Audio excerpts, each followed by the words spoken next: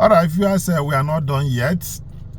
We are still following up, and I want to bring you the last part of that, analysis by Mr. Joseph Okechukwu. And I want you to always, just like you did before, settle down and listen, because this is the concluding part of it, and you will hear every details and everything you need to know concerning the Nigerian situation that we are now. The situation of America, Israel, and UN concerning Nigeria. So let's finish up the last part. First signal is that because in their minds, they believe Nigeria had become a Muslim nation, 100%, which is why the Muslim ticket happened. And that is what gave him the audacity, the boldness to go to the United Nations, to forget about his nation and focus more on the things happening in 3,700 kilometers away, Palestine, right? That was what gave him that. So he was basically indirectly, subtly, indirectly telling Israel, we have the capacity to help these people get free from you. And so Israel is now helping to bring that war to help Christians be free from you. And they will do it militarily. They will do it with intelligence. And when Israel tells you intelligence, remember the pager of what happened to the Hamas and Hezbollah guy. Focus on the man in the checked shirt. In a moment, he's on the floor, wounded in the midriff. A pager in his bag or on his belt has exploded. CCTV from another shop shows a man check his pager before it too blows up at his side. Electronic gadgets and all kinds of stuff, intelligence sharing. And that's why you had the bombing that took place in Sokoto, where many of us didn't even know there was any terrorist base in Sokoto. Intelligence was on ground. Mossad has been on ground for as long as you can remember over this matter. You are trying to indirectly say we have the capacity to come and help the Palestinians, and they got the message. They are now coming in, not even telling you. They are now coming in because they have the capacity to also help the Christians in your enclave. And guess what? The second signal you sent to them is two-state solution. So you better get ready. I'm not going to be very explicit about this one, but get ready, because the people who want three-state solution in Nigeria, where you're going to have almost 3 different nations pop out from Nigeria, get ready for that, because you're most likely going to end up with that. Everything you wished, everything you spoke about is now going to happen to Nigeria. Watch out. Cares not taken. You're going to see Biafra arrive any minute. And you're going to see other nations arise any minute. When you just when you thought we have gotten it all, just when you thought we've been able to subdue over 200 million people and nobody can talk again, just then, boom, they switched on you. This is why it's not good to celebrate too early. That outing at the United Nations is what has led to all of this. That's why Israel said the killing of Christians in Nigeria has got to stop. And then after that, as if that was not enough, Benjamin Netanyahu just said it again, that listen, we are going to have to get involved, open another front in order to help to protect Christians in Nigeria. I told you, Donald Trump, even some people in our base, some MAGA-based people are angry that they even feel Israel controls Trump. Trump is the strongest Israeli ally I've ever seen in the White House in all my life. I've never seen anyone who fought for Israel. I've never seen anyone who has supported Israel. I've never seen anyone who has defended Israel like Donald Trump. Anything that will affect Israel, he gets involved. That's why America is involved. And people were there talking about all kinds of nonsense, mineral, this, that. Do you know how much leverage America already has on ground in Nigeria that you're talking about mineral? Anything America wanted to get from Nigeria would have gotten it. This is about the risk that having a nation like Nigeria with the kind of oil wealth we have, having it being controlled by these terrorist elements, means that anything that anybody in Palestine needs to be able to fight Israel until Jesus comes, that they will get it from Nigeria. Nigeria will now become the #1 sponsor of terrorism against other people that are non-Muslims in Africa. And Israel is going to be the #1 target, because which other place are Muslims actually being threatened like that? It's basically in that Palestine. So, and to now have the vice president of Nigeria send secret codes in his statement. I don't know who wrote that statement. These people don't know how diplomatic statements are written. How they wrote it was too obvious. It's not even diplomatic at all. You were sending secret information, secret codes. That means we have gotten this place now. All the oil wealth is in our hands. So we are going to show you very soon that you cannot continue to do this to Palestine and get away with it. So it's no longer only Turkey or any other place. This is within Africa. All the oil wealth, billions. We're going to use it to support. And already they are bringing terrorists from all over the world into Nigeria. New terrorist organizations are springing up every now and then. So imagine the fear that Israel must have suffered. That's what spooked Israel. And Israel was like, you know what? That thing that is going to give them the capacity and the power to come and attack us and destroy us, or maybe align with some other nations that are close to us in order to destroy us. That funding, we are going to cut away that funding source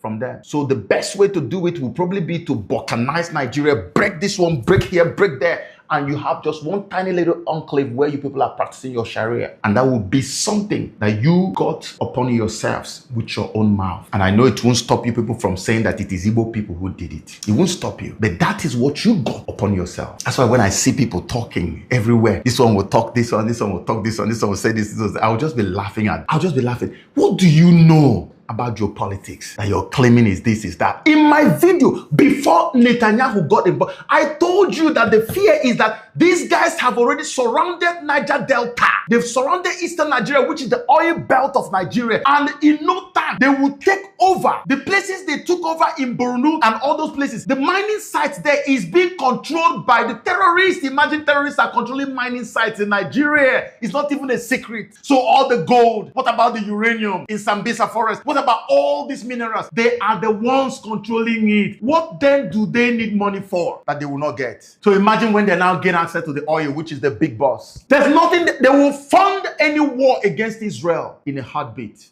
That is no longer even speculation, because your vice president went there to go and give them signal that this is potentially what you should be expecting. Boldly talking about two-state solution. Why not minding your own business, your internal issues? Speak about it, leave. Even if you are doing anything, you keep quiet. You are talking to Israel.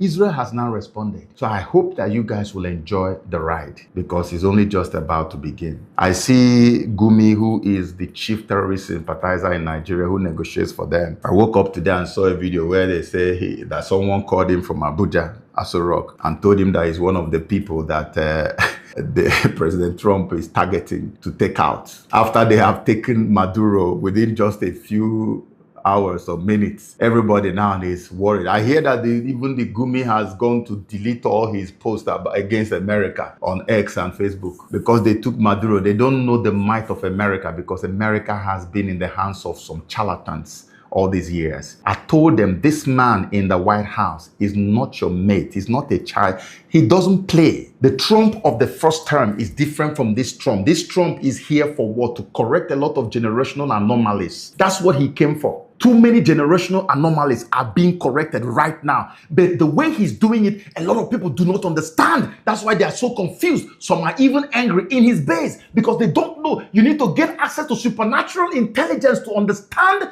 the way this man is going. He's here to correct a lot of things. You may not like the optics, but believe me, you need to trust in the plan. He's here for good. It's for our own good. Do you remember how you people told me that I was sick in my head, that I was mad for supporting Donald Trump? Today, he's the reason many Christians today in Nigeria, in fact, all the Christians in Nigeria, he's the reason you guys are now smiling. You went through Christmas, New Year, no bombing, no killing, no coffins, caskets lined up everywhere. When was the last time we had Christmas in Nigeria that we didn't have dead bodies? That's how we used to celebrate Christmas in Nigeria. In the past years, recent time, that's all we've been seeing. Today, it didn't happen. On the same Christmas when they would have been killing us, Trump went to go and kill them.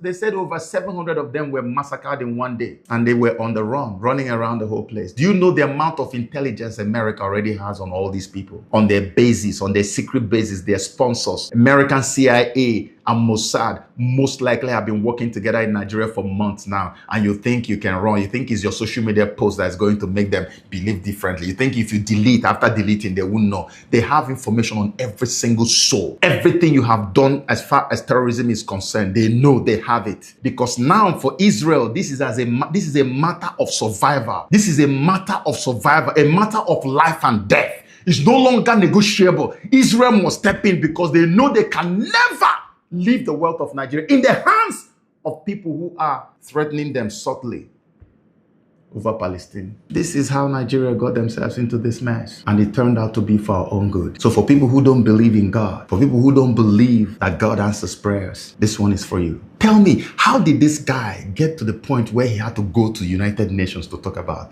Palestine, to take a swipe at Israel? It is God. It was divinely orchestrated. Because it's a no-brainer. Like, who are you to go? Focus on your own matter. You left it and you're talking. So that's how God wanted to deliver the Christians, because there was so much hopelessness in Nigeria before this happened.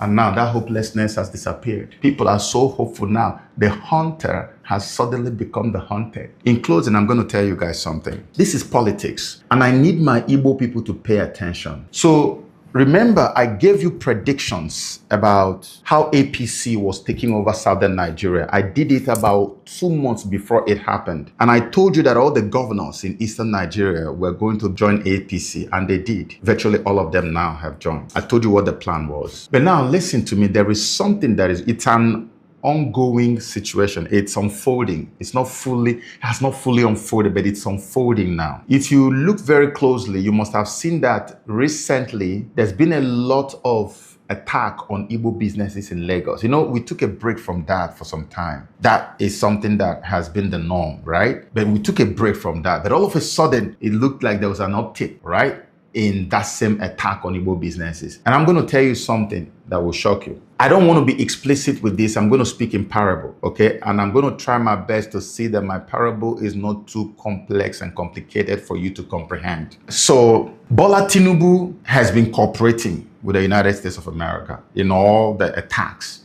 and all the research and everything going on, intervention. They said you should release Sunday Jackson, a Christian man who was attacked by a Fulani guy on his own farm, attacked and stabbed twice. He overpowered the man, took the knife and stabbed the guy, and the guy died, and they now sentenced him to death. This is the Nigeria we had before this time. And so one of the conditions they gave to Nigeria was that that guy must be released. Another condition was that they must disband the Sharia police called Hizbah, and that they must abolish Sharia. Those two have not been done, but Sunday has been released, right? So Bola has been cooperating with US to a large degree. Some bombings that they agreed on were being carried out.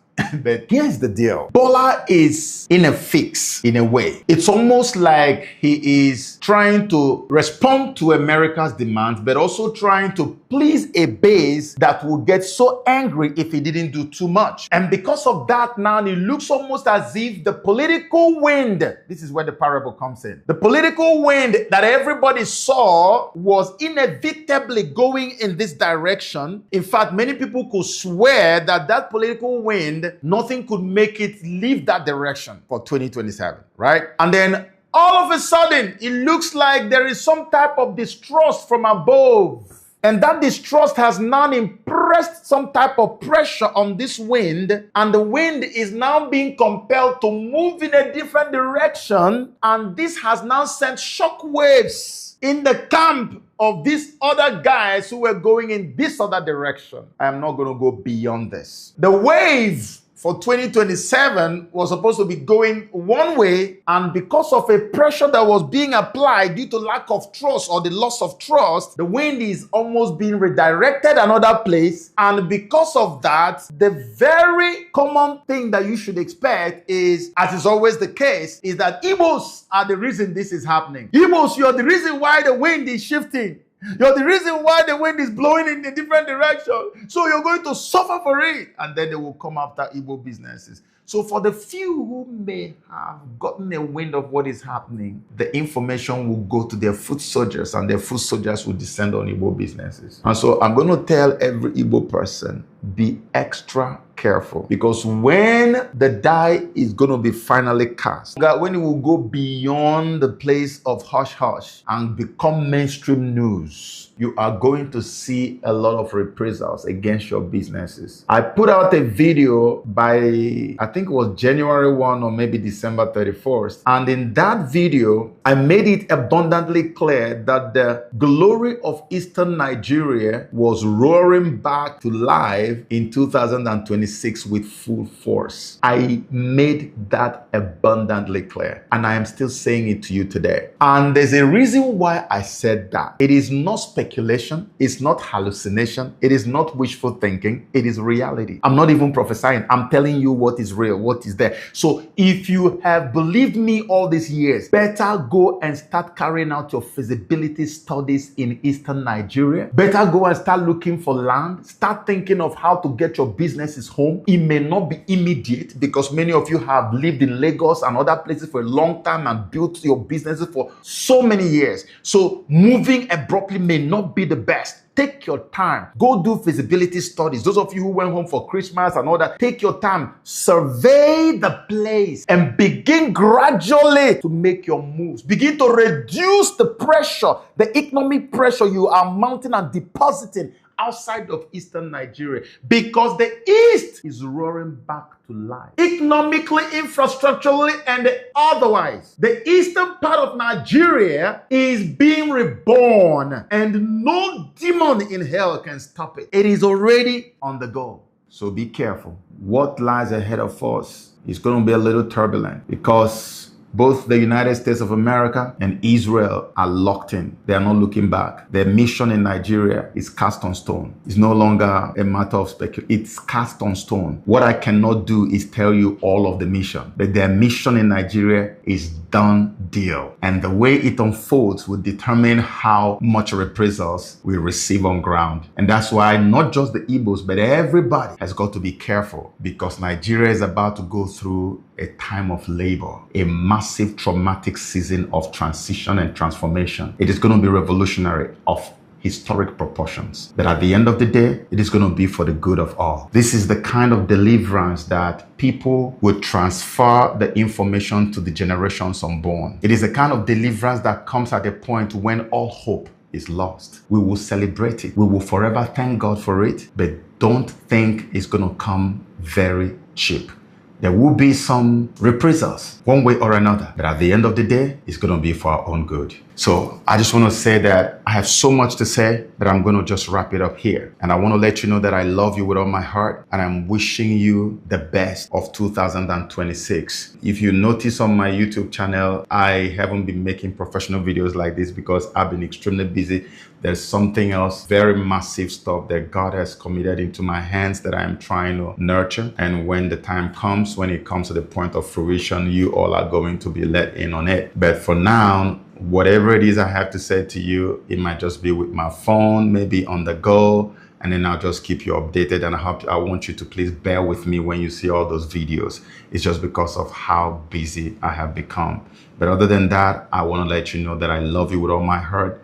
And I pray that in this year, everything you lay your heart or hands upon, they will prosper. And God will forever protect you and yours and provide for you abundantly in Jesus' name.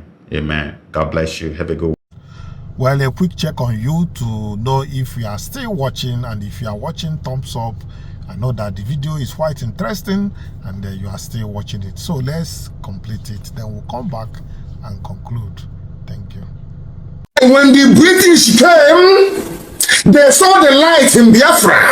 In Chile, they saw it in Arochukwu. And they said that you have no history, as I told you before. And I want everybody to go to Google again, because we are lecturing today, and type in the word Sambation. I want to teach you something this very day that will shock even our enemies. Go to Google and you type in this word, please. Sambation. It's called Sambation. It's called the Sambation River. I give Elohim praise. Sambaton River. Go and as I'm reading it, I want you to be reading it, please. Sambaton River. So you'll be shocked. I told you everything I tell you is gospel from heaven. I don't add anything of mine. As I'm giving the message from heaven, I give it to you. Let people make up the Biafran people. The whole of Biafra. Forget all these other names. The whole of Biafra. The Igbo people. The house of God. And his nephews. Ephraim and Manasseh. Are you listening to me? There are the ancient Ndibo, the ancient people were there. The first wave of migrants came from Egypt. The second wave came from Samaria.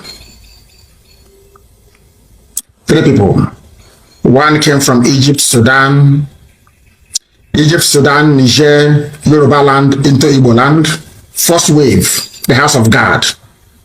The house of Ephraim and Manasseh came through Egypt, came through Djibouti, went through the upper lands of Ethiopia, came into the Afar region of Ethiopia, proceeded through the Central African Republic we know today, into Cameroons, and into Biafra land. The third and the final wave that came. 3 people make up the land of Biafra. 3. And when I say that Biafrans are Israelites or Hebrew, not all of it. I've told you this before, so there'll be no confusion. I want you to go and type in Sambatyon. Some spell it S-A-M-B-A-T-I-O-N. S for sugar, A for apple, M for mother, B for bravo, A for apple, T for tango, I for India, O for Oscar, and N for November. You can find it at Sambatyon. I read it. Oh dear me. In the earliest literature, where do I begin? What is Sambatyon? It is the mythical river. It is the mythical river. Oh God in heaven. A river of stone. A river of stone that took Jews to every part of the world. There was a man that wrote many centuries ago. Many centuries ago. Unbelievable. This is shocking. Shocking. I'm telling you. The river Sambatyon flowed beyond the rivers of Abyssinia. Remember when I told you about the Afar region and I told you about Biafra, yes, and Biafra. This man is saying that the exact place that we located on the map as to have Biafra in it during the migration was where this very river was located. And these are Jewish scholars of note. Josephus, Pliny the Elder. These people we are writing in the ancient days. In ancient days. Even an Arabian writer, his name is Abraham Abulafia. And this same river was mentioned in 2 Kings as well in the Bible. The river that flowed beyond the rivers of Abyssinia. And where is Abyssinia? Is Ethiopia. If you go beyond Ethiopia, it becomes the kingdom of Biafra. It's here. I didn't write it. Everything we tell you is gospel. Everything we tell you is gospel. Absolute gospel. Some people don't understand. They don't reason very well. But here we reason. Go and research it. Sambatyon. It's an assignment. Go read it. Then you will understand the miracle that Elohim is doing in our lives. You must understand it. They say you have no history. I don't know that the British discovered something they never wanted anybody to see. They said, your name is now Nigerian. It means gloomy, it means dark, it means evil. Okay. They said that the most credible account is that given by a Jewish writer and traveler. The most credible. His name is Eldad the Danite, the tribe of Dan. In his letter to the Jews in Spain in the year 883 AD, he said, "Who are we?" And the children of light. The children of light. That's something I want to play for you. That is something that I wish to play for you, that the whole world may understand it. To know who we are. To know why we are agitating for Biafra. To tell the so-called misguided, foolish elders that cannot see, that are not learned, to let them understand why we do what we do. They know nothing. That is why we are the way we are. They know nothing. I want to show you something. There's a possibility. Listen. The international community can be brought to bear. The UN. Listen. Declaration of Human Rights. All the way through. This is a very. No, it has gone. It has. Oh my goodness, it has gone. I will try to play it from here. Let's see. Listen. That we believe that there's a possibility that the international community can be brought to bear. The UN. Listen. The Declaration of Human Rights. All the way through. This is a very, very serious matter. There's something that I did mention and I hesitate. The white man. The white man. I'm not Nigerian, although I think Dr. Lloyd has bestowed upon me the honorary title of Nigerian man. And we had a conversation. It wasn't heated, but he acted like he was going to revoke my Nigerian man credentials. Listen. Causing my 13-year-old son, who was in the car with me, to be very distraught. He said, "Dad, you have to stay a Nigerian man." But talking about children, when I was a little boy, when I was 7 years old, growing up in the middle of nowhere, Florida, in a swamp, closest town was 30 miles away. The first thing that happened in the world that brought to bear to me that maybe things weren't always right, maybe things weren't always good, was in the Vietnam War. Vietnam War? I was in the South. It was correct and just, and we were the warriors. It was the Biafra War. Biafra. Listen. I remember very distinctly thinking, this isn't right. This isn't right. The British. This is you hear it now. It is a great nation. It's a great nation. Biafra. Country. And then later when I learned, something most people don't know, that there is a plausible argument that democracy began in Igbo land. Igbo land, a white man. Democracy, the world knows today, started in Igbo land. The whole world over. A white man, an American doing his research. I don't know who has this clip, but I want to post it on my page. Democracy started where in Igbo land. Now, do you see the reason why I tell you that we are the oldest people on this earth? And if you don't have the grace of God, you cannot write. You cannot read and write. A white man doing research in America.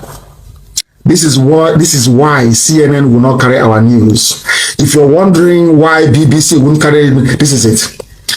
Because the white man understands what Biafra means.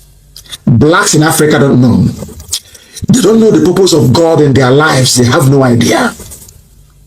You see, the Yoruba see Biafra as something there to be fought.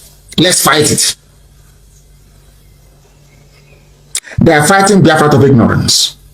This man did his research and said what our ancestors were able to do 5,000 years ago. Now, today, we cannot do it. The first written constitution in the whole world, Igbo land. The first organized government in the world, Igbo land. There are two people that God controlled from heaven. The Israelites and those that he sent to Biafra land. Only two. The Israelites revolted and said, give us a king so we can be like other nations. and Chuko carried them and gave them Saul. Do you know the funniest thing? The Igbo race never asked for a king. Instead, they named their children Chibueze, that God is king. That is why if you come out in Biafra land in those days, I say Igbo land as an example because they're the ones maintaining it. And you say to somebody you're a king, they'll tell you to go and be a king to your wife and your children. Igbo and I beg. Now you understand how special we are. Now you understand why I fight for Biafra to be free. And I want my Yoruba brethren to understand, once Biafra is free, you're also very free. You'll be very rich, I assure you. Because it's a blessing from God in heaven, not man. And this is what the British never wanted you to know. They don't want you to know this, never. Because they want us to be saying it. And being a black man from Africa, if you're saying it, people won't believe you. The British saw this. That was why they said we must amalgamate them. They found Nnamdi Azikiwe, and Nnamdi Azikiwe was a willing tool of the devil. And he agreed. Mazen Bono Jike wanted him, he said no. I'll play it again so you hear how special you are. I want you to understand how special. Some of you don't know why we fight for Biafra. This is the reason why. We are the oldest of the oldest, the very ancient people. When I tell you that Igbo language is what they're speaking in heaven, you're doubting me. That is what they speak in heaven. The angels address God Almighty in Igbo language. This is the reason why the oldest civilization on this earth, Igbo land, the center of the whole world. Let's listen to this man once again. I'm excited about it. Right. Listen. This is a great people. This is a great nation. Great nation. There was a country. That was a country. And then later when I learned something most people don't know, most people don't know this. There is a plausible argument that democracy began in Igbo land. Democracy. The very first written constitution on this planet was written by the Igbo people. The Igbo wrote the first constitution, but Europeans don't want the world to know. Because they are wondering, if that is the case, why did God put people in Africa? That's so backwards. And I'm saying to them, God sent us to Africa to bring light into Africa. That's our job. You hear Chineke? In our villages, in here, which means light. It's in Anambra. It's everywhere you go to. Do you now see who we are?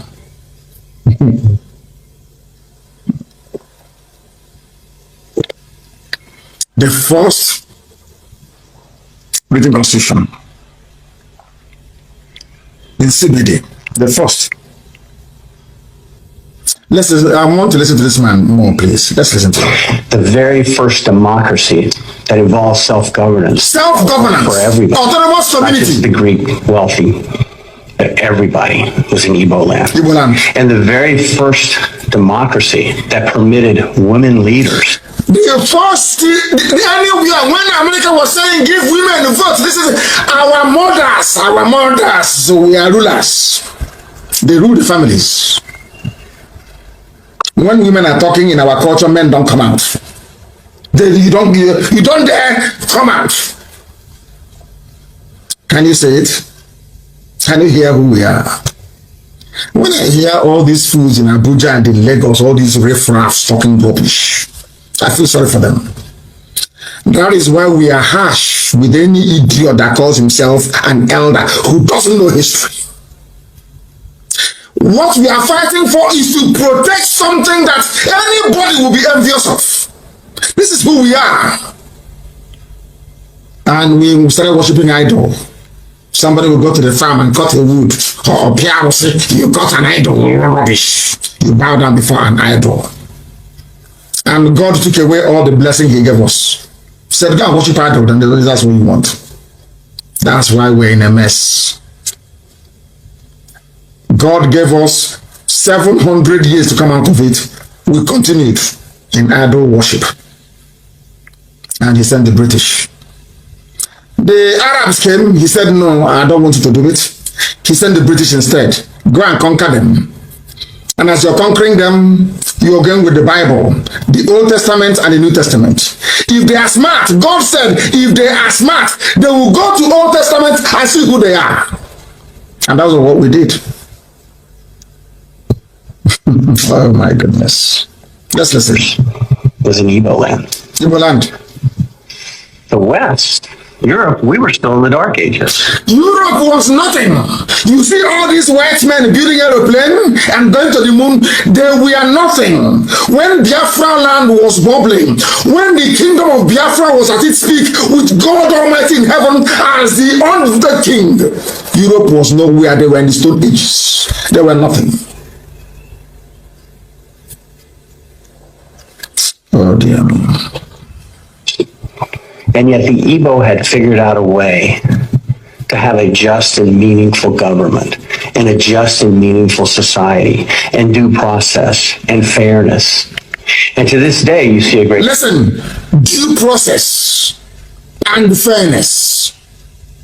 These things are weaved into our idioms we have, our proverbs. This is a white man teaching you who you are. Fairness. Which is the foundation of our constitution. Fairness. I want the world to hear this. Biafra means fairness. You can never cheat anybody and get away with it. Never. In Biafra land. Oh God in heaven.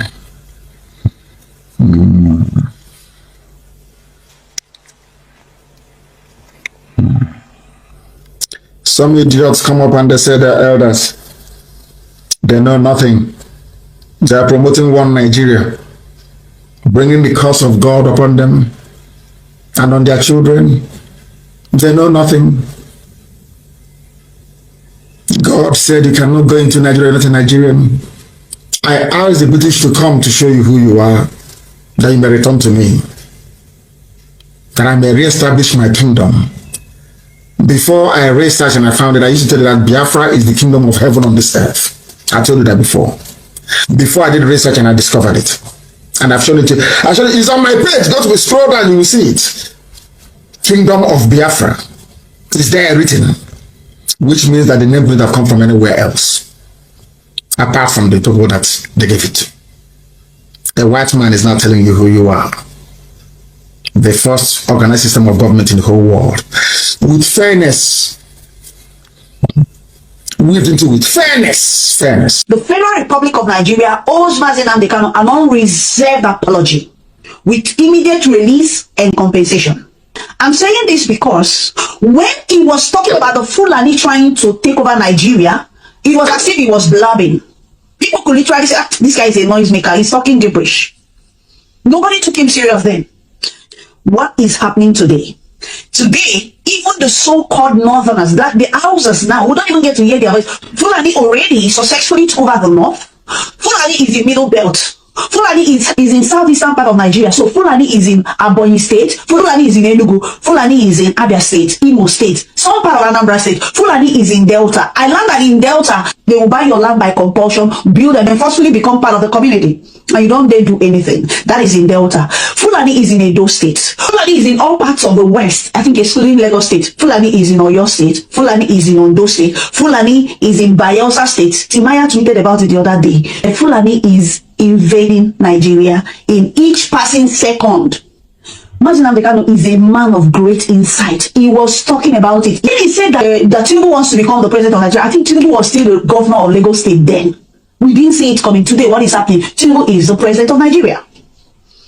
This man has seen this thing, and when he was talking, nobody listened to him. This detention of Mazi Nnamdi Kanu is a gross infringement on his right as a human being, as a British citizen, a Nigerian citizen, or Biafra citizen. He should be released with immediate effect. He should be duly compensated, and he should be apologized to. Public apology that will go all around the globe.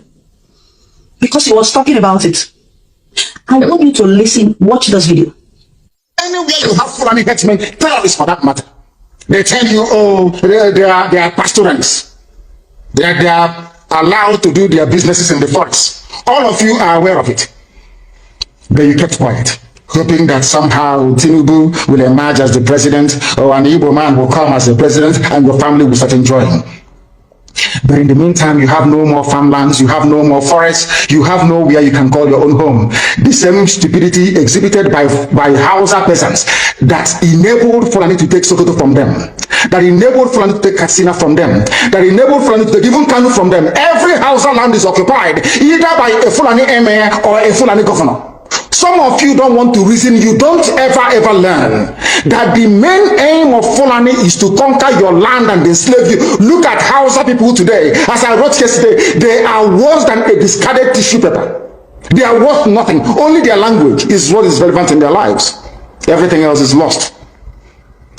That is why they are in trouble. And that is why they can never ever come out of it. They are all suffering from what I would an advanced version of the Stockholm syndrome. Can you imagine that these people came into their land and took it over and they cannot do anything about it? Hausa is gone. It took Fulani very many years before they came out of their shell to say we are Fulani. Remember before, many years ago, they told you we are Hausa Fulani, we are Hausa Fulani. Because that time their subjugation of the Hausa race hasn't been completed. Now they have completed it. When this man was talking, nobody listened to him. Nobody took him serious. Today, what is happening?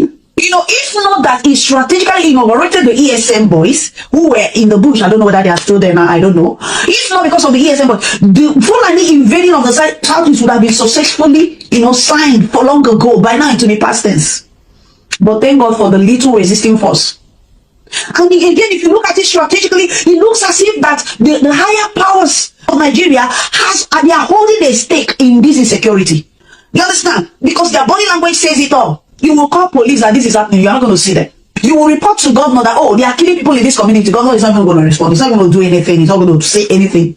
As if though what they are killing, they are animals. Even if they are animals, there's what we call animal rights. In the Western world, you don't kill if you kill a dog, you can be jailed. If you kill a cat, you can be jailed. So there's acting as animal rights. But we're talking about human beings right now. The Igbos will be crying, shouting, insurgency, insecurity. Nobody said anything. Okay, now it's now touching outskirts of Igbo land somehow. When they are killing people, maiming lives, raping women in the bush, report it to the government. You are not going to hear anything. Nothing is going to happen.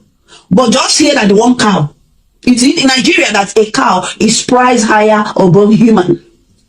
Just one cow. If you hear that one cow is down, then there's going to be a riot. Before you even talk about one Fulani is down. Federal government of Nigeria owes Mazi Nnamdi Kanu an unreserved apology. That is what I know.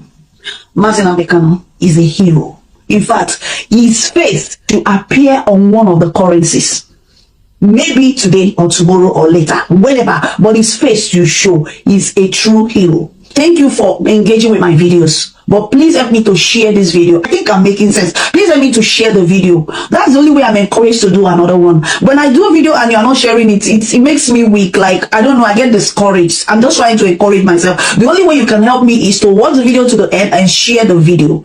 Engage. What do you think about what I said? Please share your thoughts in the comments. Don't forget to smash the like button, favorite this video because you want to watch it later, repost it, share it with every of your contacts, and this is where I'm going to peg it today until I come your way. Fellow Igbos, to God be the glory that today there is hope of freedom. I want to appeal to United Nations. I want to appeal to great leaders of the world. Note that the only solution to maintain peace in Nigeria is nothing but separation. Conduct referendum and let us have self-determination. We are not one people, different religion, different culture, different language. How can we be together? So the great Igbo nation, under the auspices of Igbo Senior Citizens Affairs Foundation, is demanding referendum today. They thought, and I quote, since 1914, the British government has been trying to make Nigeria into one country. But the Nigerian people themselves are historically different in their backgrounds, in their religious beliefs and customs, and do not show themselves any sign of willingness to unite. The Nigerian unity is only a British intention for the country. So viewers, you have watched this video and you have watched to this length. I want to tell you congratulations. Now you are more enlightened, you are more knowledgeable concerning the situation. Well, I am still Chinedu. Until I come your way next time, I say bye for now.